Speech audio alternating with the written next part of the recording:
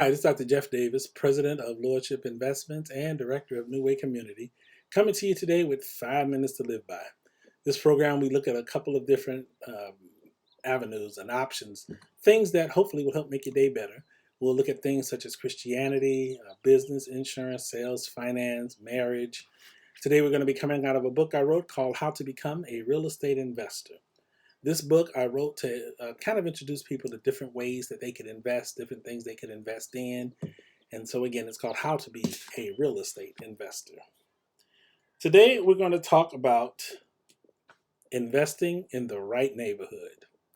Now, I'm trying to lay a foundation here. I am laying a foundation for becoming a real estate investor. And let me tell you the first thing you want to do as an investor, you want to invest in the right neighborhood. Because there are two types of neighborhoods. There's the right neighborhood and the wrong neighborhood. We're going to talk briefly about both of them. Investing in the right neighborhood means that, and let me use a single family as an example, but you can use other like duplexes, triplexes, multi-units with the same criteria. When you are looking at investing in single families, you want to ask yourself, who's my tenant going to be? Typically, your tenant's going to be maybe a young couple, young family. It's people that need 3 to 4 bedrooms. They're looking for a decent school. They want it to be someplace where either public transportation or the major expressways, etc., are there. Why? Because these people are going to be working people, and if they have kids, their kids are going to be in school. So you want to make sure that you're looking in a neighborhood that people who fit that criteria want to be in. In real estate, you'll learn that there are basically 4 types of neighborhoods. In the multi-unit space, they are called A, B, C, and D communities. A is the perfect place. It's like living, where people with money live, where the neighborhood is clean, the houses are extremely expensive, everything is nice. A lot of people have gardeners, and you drive by and the lawns are manicured, so they're great spaces. Then you have B neighborhoods, which are a little bit under that, but you still have, working people who take care of their properties and stuff, but they usually do most things themselves. C comes in a little under that, where you'll have people maybe of a lower income. They're not necessarily poor, but they're not, living the high life. They're still going to be working people, and they'll be, nice tenants, etc. And then you have D, and D properties that's the war zone. So, suggestion. Avoid A and D properties. A, because they're going to be very high priced. And when you're looking at investing, the goal is you want to make money. So you can't invest for a house, invest in a house that costs $700,000 and your rent's $3,000, because your mortgage payment is going to be more than $3,000. So you want to kind of make sure that there's money left over for you. So typically investing in those A neighborhoods is not wise for the investor, and you don't want to be in D.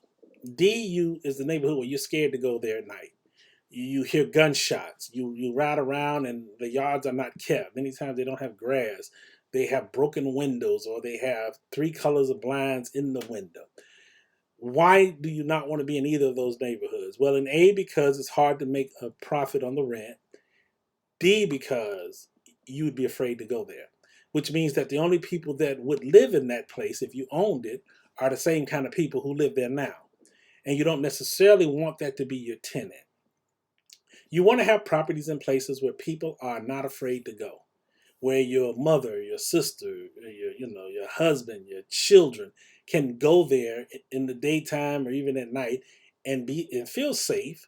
Now you got to use wisdom and stuff, but I think you know what I'm talking about when I say that we can go into some neighborhoods and you're just scared to go into the neighborhood. You want to avoid that as an investor. So you want to invest in the right neighborhoods. You want to invest in places that you are okay with going in.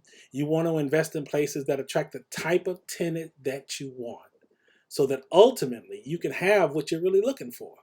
You want to create long-term relationships with people who move into your properties if you're an investor.